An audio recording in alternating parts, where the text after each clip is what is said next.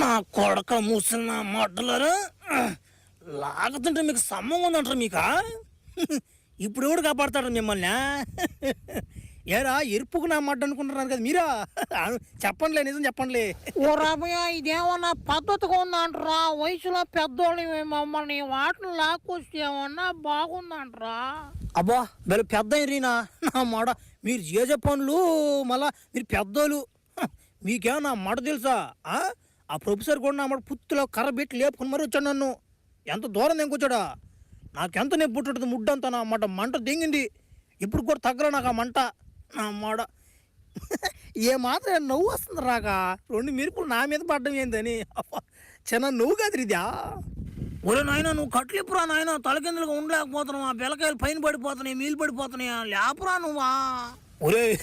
చిన్న బెలకాయంట నా మాట ఆ ముసులు అటకాయలకి ఏమైనా పర్లేదులే కానీ అయ్యా ఇప్పుడు అయ్యి ఉండి ఇప్పుడు ఏం సాధిస్తాను మీరా నా మాట మీ నలుగురు లాగలేక నా మాట దొడ్డుకు వస్తున్నట్టుందిరా ముక్కి నమ్మ నేను దొడ్డికి పోస్తా కానీ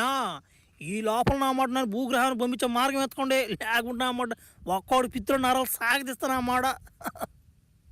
ఒరే ఏంద్రా మావా నువ్వు పోయి భలే తలకై నొప్పి నా మాట తెంకొచ్చావు కదరా ఓడు నా మాట మన గోసులు కూడా ఓడ దింగేలాగున్నాడు రా ఓడా మావా నాకేం తెలుసు మావా